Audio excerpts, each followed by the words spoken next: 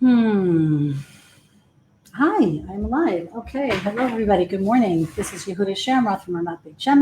Welcome back to Wellness Wednesdays. I'm sorry about the lighting. I had to move from a room, a regular room with really good lighting because of construction going on in my house. So thank God we're just replacing the floor of my balcony.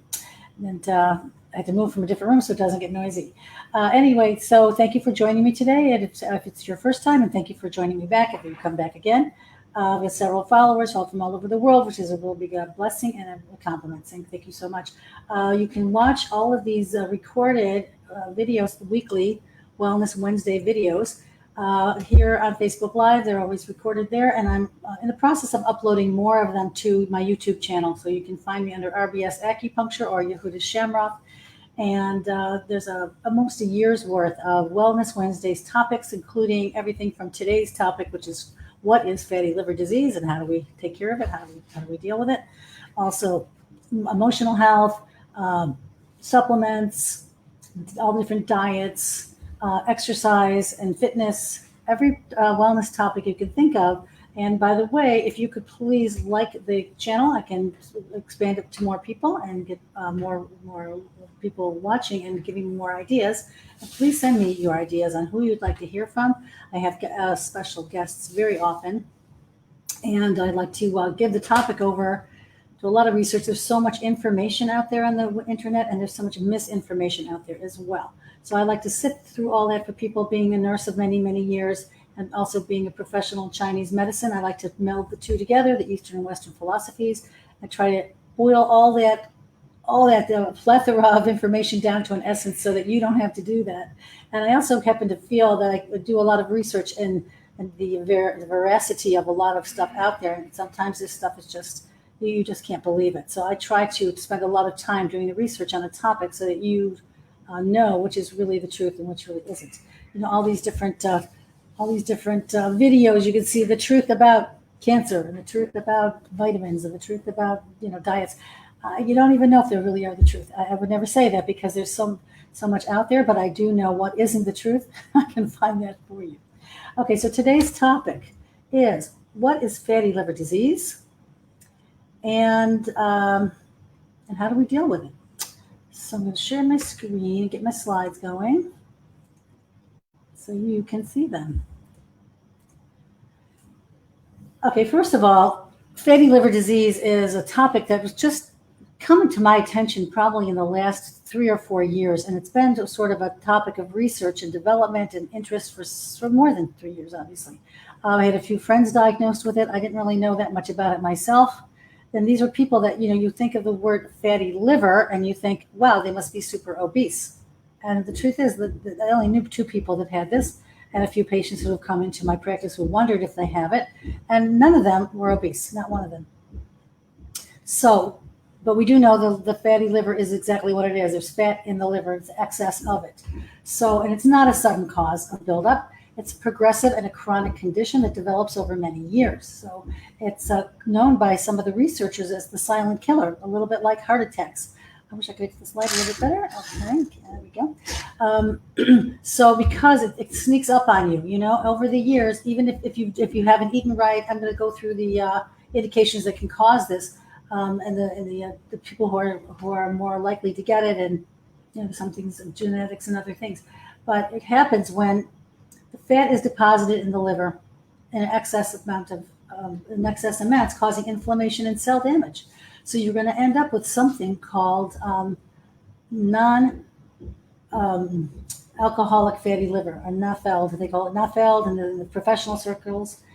So you have something that's very similar to someone who drinks lots and lots of alcohol over many years, who has damaged their liver with alcohol, or somebody who is obese. So you can end up with the same kind of problems by not processing the fat in your body properly. And it may not be your fault, but you do have to do something about it in any case. So it's currently an area of active clinical development because the professionals don't know what to do about it. They don't know how this is happening to so much of the population. Some feel it's an aspect of what they call metabolic syndrome. And let's see if I can get my slides going. Okay, let me just go through a couple definitions. NAFLD, non-alcoholic fatty liver disease, is what happens when your body just slowly, over 7 to 10 years, accumulates so much fat in the liver that it causes cell damage, it causes scarring, it causes inflammation, and the liver stops functioning properly. We have something called alcoholic liver disease, which people are familiar with probably, and you've seen it in the movies, at least if you don't have anybody that you know. Drinking large amounts of alcohol over many, many years can also damage your liver. The liver, of course, I'll talk about the normal function. Part of its function is to process all these toxins out of the body, but if it's an overabundance and overamount, it just can't handle it. There's something called NASH, N-A-S-H. It's non-alcoholic steatosis hepatitis. Okay, that's a fancy word for steatosis, just means fatty liver. And all of these things can lead to what they call cirrhosis, or active severe scarring and severe liver disease. And they're finding now that people who have non-alcoholic fatty liver disease and NASH, NASH, non-alcoholic fatty liver, are also quickly becoming candidates for liver transplants, which is a very scary thing, because you would think it wouldn't be so much of the population. You would think it would be just people with liver cancer and maybe alcoholic disease who need liver transplants. But no, it's increasing now, and it's alarming the whole nation to think, how are we going to accommodate all these people? So I want to talk a little bit about the normal liver function, and like everybody's liver functions differently, different size, different cultures, but it's the same. We know we have something called metabolic syndrome. Many of the researchers feel like this is part of its syndrome. And what is metabolic syndrome? There is a real diagnosis called this. We've talked about this in other webinars, where there's a 5-point diagnosis scale that if you fit 3 of the 5 criteria, you're likely to be a person with what they call metabolic syndrome. So if you have visceral obesity, if you have a lot of fat around your abdomen, if you have high blood sugar, or if you have diabetes, if you have hypertension, if your triglycerides are continuously high, or you have low HDL cholesterol, too low. So if you have 3 out of 5 of these factors, you probably have the diagnosis of metabolic syndrome, which is something that we can correct over time with diet and exercise and all the different things. If you go to the functional medicine doctor sites like Dr. Mark Hyman and Dr. Axe even, and all those people, they really, really tell you that you don't be alarmed by this completely. If you take charge of your health at this time, you can reverse all of these things. So even the fatty liver, you can reverse it. So please don't be too depressed about the fact that you might have any of these things. You can lower your own blood pressure. You can lower your blood sugar. You have to work very hard at it, truthfully, but it can be done. I know many people that have done it. So what I want to do is talk about what does the normal liver do, or the liver normally do. So the liver functions, we know it filters blood, it produces proteins, it produces bile that emulsifies fats and that breaks down fats for you, stores vitamins and minerals, and it detoxifies. That's why we always have to take care of our liver, and it's responsible for a good part of the metabolism in our body. So normal liver function is it's a metabolically active organ responsible for many, many functions, and the bile production is so important in the fats. Abundance of fats, the body can handle just so much of it, and then when it's an excess of fats, the body can't handle it anymore. Builds up, and it creates inflammation in the area. Inflammation leads to scarring, and scarring leads to liver disease and liver cirrhosis. The liver also excretes bilirubin, cholesterol, hormones, and drugs. Gets rid of all the stuff that we don't need. Sends it over to the kidney to excrete out of the body. It metabolizes fats and proteins and carbohydrates, and is responsible for a lot of enzyme activation. Storage of glycogen, vitamins, and minerals. Now, the liver can use glucose. It cannot glucose at all. So if you have an excess of glucose, I want to make a mention of the fact that the current research is now saying it's not just the fat that's bothering us, it's the glucose that's bothering us. Now, the liver can function with processing fructose, but we don't eat as much fructose. It can to a certain degree, but glucose in excess causes great liver damage. And when you have too much sugar in your body, the body doesn't know what to do with it, so it produces fat to store the energy. So one of your reasons for obesity and for fatty liver is, lo and behold, sugar. It's not the fat as much. This is what they're finding now. So we cut pure sugars out of our diets and carbohydrates really to a minimum, which is you have to do this. You can't do this for everyone necessarily, but you really need to take the bull by the horns here and get on a diet. This is going to be the way you're going to do it. You're going to have to go keto diet or Mediterranean diet or something. Get rid of all those carbohydrates. The body isn't able to handle it. And what it does, because it can't handle it, it turns it into fat, turns your sugar into fat, which is the last thing you need if you're already set up for fatty liver. So then the last couple things the liver does is synthesis of plasma proteins and clotting factors and things a little more detailed, blood detoxification and purification. It detoxes and purifies and filters. It's really an important organ, and we have to take good care of it, okay? So there's a lot more that goes to the liver. That is a little bit too much for this particular discussion today, but we do know that we have toxins all over everywhere. So the liver, I tell people all the time, your liver is overworking, and we don't really know why, except that we're living in a society with a lot of toxins. What do I mean? There are a lot of additives to our food. There's a lot of pollution in the air. There's a lot of pesticides in the foods, unless you're eating organic. There's a lot of additives to shampoos, and I did a whole webinar on what is it like to live in a toxic world and how does our body handle it. With Simone Navone, you can go back because she makes natural products, and that's how she was sick, so she went into making these products. You can go back and look on YouTube channel. There's a lot of different toxins that are very, very scary. They're really taxing our body terribly, and the poor liver is the one that is really carrying the burden of detoxifying these out of our system. So, processed foods are terrible for us, and creams, makeup products, toothpaste, everything, household cleaners. Okay, so the list goes on. So what happens when the liver, it gets overloaded and it wants to shut down, and then you become very, very sick. They say deaths caused from liver failure have increased by 40% in the last decade, and it's still rising. So this has become a very, very, almost an epidemic, with obesity on the rise as well. Unhealthy eating, obesity, medication, viral hepatitis, the overuse of antibiotics. Okay, these all have very deadly effects on the liver, and statistics show that antibiotics are the single largest class of drugs that can cause fatal liver damage. And I'm not talking the occasional antibiotic that you have to take for strep throat or something very, very serious that you have to deal with. I'm talking people just sometimes, over the years, I've seen it myself, just willy-nilly take antibiotics just because they feel like they have a sniffle or something, and it's really not a good idea. Your body just can't handle all those drugs. And you see that they're not benign drugs, just medications are very serious things. And people forget that your body has to work very hard to process them. Okay, the liver serves the most amazing function in the body, and without a functional liver, you're just not going to survive. So it's the main filtering system in the body, and it's where all the toxins go first. So let's take care of that liver, and let's figure out what is fatty liver disease anyway, because now we know what the normal liver is like. Just want to make a mention of the fact that what is alcoholic liver disease and the difference between alcoholic liver disease and non-fatty alcoholic liver disease. Okay, NAFLD. So if you have a person who presents with alcoholic liver disease, it's not all by symptoms. You have to take a lot of blood tests, liver function tests, and sometimes biopsies and scans and all kinds of things. But mostly we look for there's digestive problems, abdominal swelling, dry mouth, bleeding from enlarged veins. You see a lot of bleeding from their nose. You see a lot of veins in their nose and in their throat. They can sometimes have called bleeding esophageal varices.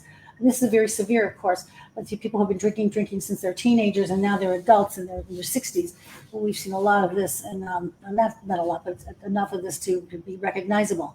Their skin can turn yellow. They look a little bit jaundiced because their liver's not functioning. The red spider veins, the redness of the feet. They have memory problems, numbness and tingling in the extremities, and they can faint a lot because they're not getting proper oxygen to their brain. So this is what happens. This is the symptoms of alcoholic liver disease. Very, very different than the symptoms of NAFLD, non-alcoholic fatty liver disease. Okay, we're going to go to that now. Okay, let me just look at the difference between the healthy liver and the fatty liver. I know this is very simplistic, but this is pretty much accurate. It's an overabundance of fat, and the body can't handle it, turns the sugar into more fat, and then you end up with a liver that's not functioning. Okay, again, just a review of all these different percentages of how we see this is in America. I always go by the American statistics. They have the most studies that go on.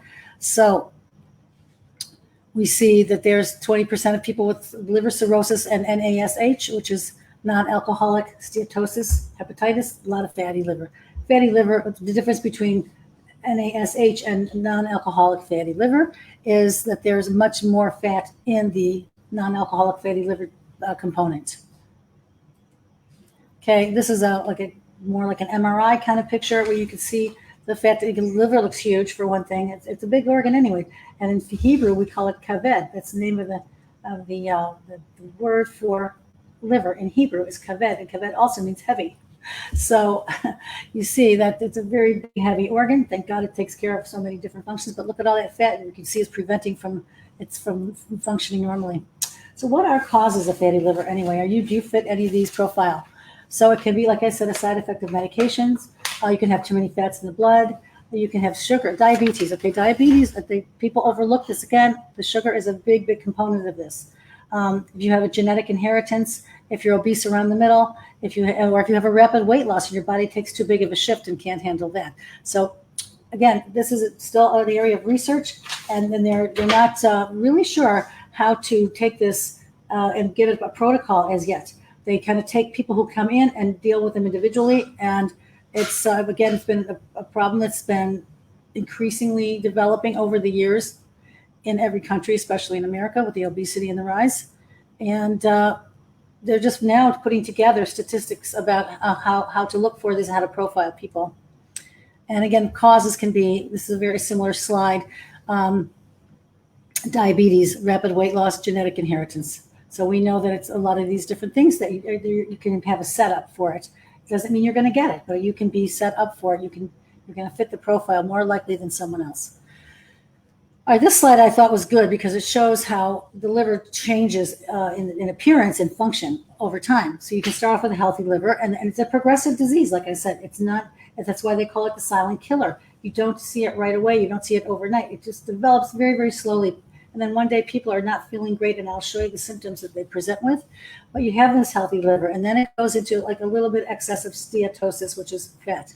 Then there's the NASH part of it, the non-alcoholic fatty part, and it's not as severe as yet, okay?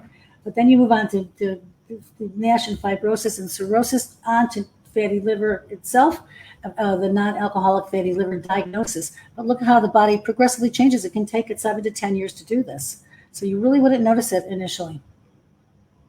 And again, in this slide, this is the natural progression of non-alcoholic fatty liver, healthy to fatty to NASH to cirrhosis, which is terrible. Hepatocellular carcinoma can lead to cancer, by the way. This fatty liver thing, left unattended and left untreated, will probably lead to liver cancer. And there's inflammation, there's fibrosis, there's hepatocellular ballooning. That means the cells balloon up and they have no function at all. And then you see that the very right-hand side of the screen on the bottom, there's indication for transplantation there if you have a severe case. So what are the signs and symptoms of fatty liver? So the majority of people with fatty liver show no signs at all, okay? And so these 3 people or 4 people that I've spoken to in my career about it, they also were very thin people. It was crazy. I couldn't understand how they had such a diagnosis, and we all had to do a lot of quick research about it. But here are some of the common signs and symptoms we do see. Okay, so the majority of people have no signs. Otherwise, they can have, not always, not including all of these, but most of these, if you have most of these, you're going to start researching to see if this is what you have. Fatigue. You have pain in the upper right part of your body, upper right quadrant, they call it, and that is where the liver is. If you're weak, if you have this weight loss that's unexplained. The liver cirrhosis, when it gets very severe, you can have red palms. You can have development of breast tissue, whether you're male or female, more development. The fat deposits go in all different parts of the body where fat normally is and gets worse. Spleen, omegaly, that means your spleen gets very big. It's overworking also. Ascites is fluid in the abdomen, and that's a very late sign, as is jaundice. So we would look at more the left-hand side and look at how vague these symptoms are. We just did a webinar last week on fibromyalgia. And fibromyalgia came with very much similar symptoms. So it's very confusing to make a diagnosis. And you have to go to get worked up so you don't miss anything. So how do we diagnose NAFL, non-alcoholic fatty liver? Well, I asked the people that went through this how the doctors came to the conclusion, but also in the research it shows they do many, many things just to make sure they come to the right conclusion. They don't want to just make the diagnosis off the top of their head. You obviously have fatty liver. And this is what happens when people get on the internet also. They're Dr. Googling themselves all over the place, and they are saying, okay, I have fatty liver because A, B, C, and D, I'm tired and I'm exhausted and I have like high sugar and all these things. Just go get worked up, get a workup. I believe very much so when people come to me for any issue. I give acupuncture now. I've been a nurse anesthetist for so many years, and I really prefer people get great physical whenever they can. If it's been 5 years since you've had a physical, go get a physical, go get some basic blood work done, and let's see what's going on. If you're not an alcoholic, if you don't drink more than 2 drinks a day, okay, that's one indication. If you have all the signs and symptoms, if you're exhausted and you're losing weight or you're gaining weight, or if you're getting signs of hepatitis, or you feel everything's inflammatory in your body, it's dysfunction, you're having insulin resistance is another sign.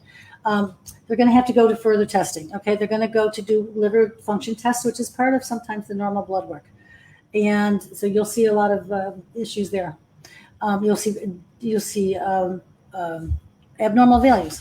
We go by the signs and symptoms. They might have to go so far as do an MRI and a scan and a biopsy. Biopsy is a pretty extreme thing to do, but they don't want to give a misdiagnosis over. Okay, so they want to make sure that you have this disease before they give you that label. Okay, but again, these are kind of symbolic of many diseases out there now: fatigue and weakness, loss of appetite, nausea, abdominal pain, swelling in the upper right quadrant, and if it gets to a severe place, you could be yellowing of your eyes and skin. Please don't leave it to that point where you have a yellowing of the skin and build up of fluid and swellings of the legs and things like that. Please get a handle on it very early on if you're suspicious. Okay, how do we treat fatty liver? Okay, so this is a bit more lengthy. Okay, again, how do you know you have fatty liver? We went through the fatigue, the being overweight, the insulin resistance, okay, pre-diabetes, high level of fats, triglycerides, and abnormal lab values. So please just go check it out. Okay, so this is not as discouraging as it sounds, though. We know that this is a common disorder affecting many, many people in the United States. Up to 40% of the people out there, obesity is thought to be the most common cause. And now we know also diabetes and high glucose, okay? Diabetes plus obesity. It's not just the obesity. It can't be, because we know that when you have an overload of sugar, the body turns into fat as storage. Okay, so what are we going to do? We're going to do to naturally, first of all, there's conventional treatment. You want to diagnose it first, blood and imaging tests, okay? Liver biopsy, like I said, it may be necessary. Common conventional treatment for fatty liver involves eliminating or controlling the diabetes or your kidney disease or your abdominal pain or your weight loss. They go by the symptoms. They don't have a real protocol. They go by your individual symptoms. So you want to stop taking any drugs, first of all, that may be causing your fatty liver. You want to get better control of your diabetes. You want to lower your triglycerol levels and stop consuming alcohol at all, even if that's not the cause. All right. So there are currently no approved medications for this that will specifically treat non-alcoholic fatty liver disease. So some doctors give their fatty liver patients vitamins, a lot of vitamins. And this is very funny to me now because doctors were traditionally against vitamins. But here you go. We have people now recommending vitamins. They don't know what else to do with you. So I'm going to just list the ones we go through. You want to control your diet. Juicing is always a very good thing. And you want to, what do you want to do? Cleansing. I talk about cleansing. We did a whole webinar on cleansing. I am not a big believer on going in strict cleanses. I think it's too harsh on the body, and a lot of people can't handle it. So what we want to do is every day cleanse our liver with liver cleansing foods, which are with the rich in phytochemicals, like all the green, leafy, and red, all the rich, colorful foods. You eat those every single day, and you lose weight, and you exercise. And like I said earlier, keto or Mediterranean diets, we've done webinars on those. I'm not going to go into detail, but I will mention what they are. You want to move over to healthy fats, which I'll give some examples of, and you want to go on a low-carb existence. You might want to do that forever, by the way. I'm trying to do it now myself, and I've lost quite a lot of weight, and I feel great, and I have much more energy. I'm on a high-fat, low-carb diet myself right now. It's sort of something of my own doing. It's a little combination between the keto, intermittent fasting, and the Mediterranean, but it works for me. And I really, I'm getting to the age in my 60s where I have to reduce the weight and not be a setup for myself for all these things, trying to exercise more. So again, this is very vague kind of recommendations, but this is what's out there right now. They don't know a lot about this. So what you want to do is get the diagnosis. You want to get your diabetes under control, or if you're high sugar, if you're not, you're pre-diabetic, or if you're insulin resistance. That means if you're eating so many processed sugary foods, your insulin is working overtime. Also, your pancreas is shooting out all this insulin. It doesn't work effectively anymore. Then you've got a buildup of sugar in your blood when they test it and set up in the tissues where it's needed.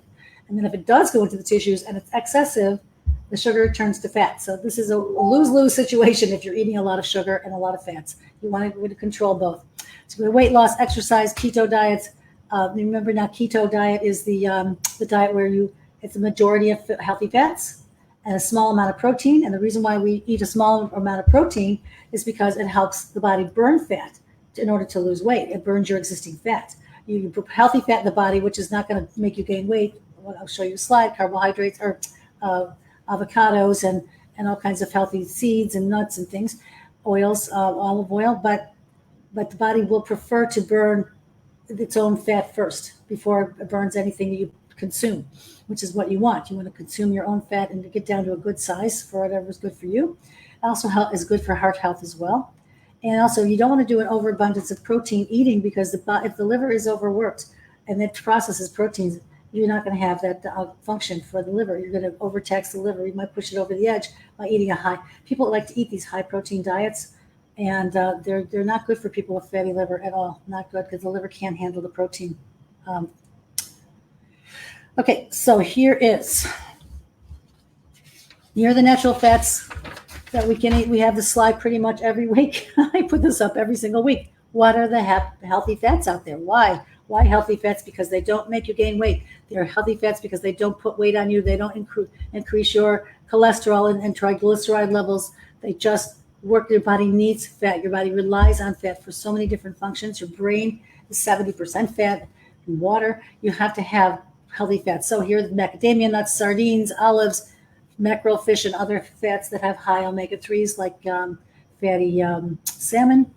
Dark chocolate is wonderful. Coconut oil, I put coconut oil in my coffee every morning. Avocados, I try to eat a half one a day. And olive oil, I can put in just about everything that I cook with. And more examples of healthy fats. Okay, now what supplements would you want to take? And now there's a little bit of a controversy about the supplements. Not controversy, but people just don't know a lot about it. So here's the recommendation from the functional medical folks. Vitamin E and C and D. They're going to build up your whole system and redo a lot of damaged cell repair. Resveratrol, I've got that here. It is something that is known to be very anti-inflammatory, and a lot of these supplements are really tried and true. They've been using them for many, many years. And you can know that if you buy them, just try to do your research on your supplements to make sure they're not full of additives and sugars, and you get a very good, healthy product. Because this was the big complaint about supplements in years past, that they're not regulated. Supplements are not regulated by the Food and Drug Administration and so on. So you have to do your own research until such time as they're regulated, and just be very careful about what you consume and to do to help your body. Because otherwise, and again, we did a webinar on gastric health, GI, gut health. If you don't have a healthy digestive system, you're not even going to absorb these. You might have a malabsorption syndrome. That's a different topic, but we do know that we have to have a healthy GI system in order to consume these and to absorb these things and have them function in your body. We want to protect ourselves from toxic damage, so we want to have quercetin. Quercetin is the most natural anti-inflammatory we can find in red foods especially, but you can take it as a supplement. Green tea, I talk about this ad nauseum. Green tea is highly antioxidant and highly anti-inflammatory. Garlic and ginger fall into that category. Talk a lot about the probiotics and the prebiotics. And then my favorite one, I don't have the slide here. I usually show this every week too. You should try to find a probiotic that is a combined prebiotic and probiotic together. So you have it in your system already and you don't have to eat. The prebiotics are mostly high fiber foods. And if you don't have a chance to eat all these high fiber foods every day to feed your probiotics, you can get it all in one pill. And a natural pill, and it goes, and you can even get a smart pill that doesn't dissolve until it gets to your small intestine where it's really needed. Cinnamon, turmeric, those are the kind of things we want to just make sure. You can take digestive enzymes. It just depends on what you need. And then back to the foods again, we want to make sure you just take a few simple steps to change your diet. Okay, you want to get rid of excessive alcohol, because we know that liver damage gets worse with processed foods. And again, we say this every week. Try to get rid of the processed food. Try to eat more healthy fats. Try to cut down any kind of sugary drinks at all. Sugar is the worst damage of the world. It's just we got into a culture of consuming sugar since, I guess, 1960s or something. I don't know. And all the food additives for preservatives. We have to reverse that. We can bring ourselves back to health by reversing the bad stuff that we're eating. So we do know that certain foods help the liver, like garlic, onions, eggs, and any food with soluble fiber. We know the eggs contain something called choline, choline. Choline is great anti-inflammatory and it helps liver function. You can watch Dr. I can't think that's not Dr. X. There are a couple of look up YouTubes on choline. We get some very good information on choline, and that mostly comes from eggs. You want to decrease the inflammation. You want to give your liver a chance to heal and control that glucose, okay? Because increased carbohydrates leads to increased glucose, that leads to insulin, and leads to insulin resistance. And the excess fat is caused by too much glucose. Remember that. So the plan is to cut the glucose to solve your problem. And this can be highly effective in reversing fatty liver disease. And finally, there's a 2018 study in the Journal of American Medical Association that says that low sugar diets versus a low fat diet will help will clear up liver disease by more than 50%. And the eggs, of course, with vitamin D and choline, you want to stick with those. Boost your liver function with plant-based phytonutrients. And just like we went through before, we have all these antioxidant foods to protect with the vitamin E and the vitamin C. I keep repeating myself, but I think it's important. Okay, so you want to drink 8 glasses of water a day. You can boost with lemon in your water, and it's all up to you. This is another thing: fibromyalgia, all these chronic illnesses, these autoimmune diseases, and stuff like fatty liver. It's really in your hands. It's in our hands, and the doctors can just do so much to help us. Okay, hold on a second. Sorry, I got a worker that came to my house, and I'm finished anyway, though. So let's go to the doctor if you need to. But if you think that you suspect you have fatty liver and you're not having any symptoms just yet, just start taking care of yourself now. Be proactive and be preventative. Start taking all these vitamins. Take the quercetin. I have a lot of people on quercetin right now with all kinds of even arthritis and things like that. Quercetin is such a great anti-inflammatory natural product. It comes from plants. Green tea, garlics, gingers, all those things. Just incorporate all this into your system, into your diet right now, and let's hope that you don't even ever have that diagnosis of fatty liver. And with that, I hope that you have a wonderful week. I'm going to be doing one more webinar next week, and then I'll be off for the summer, and I will be coming back actually probably the end of August, so we'll keep you posted, and we'll upload all those videos to YouTube. And I hope that you all have a very, very healthy, wonderful day, and thank you so, so much for joining me today.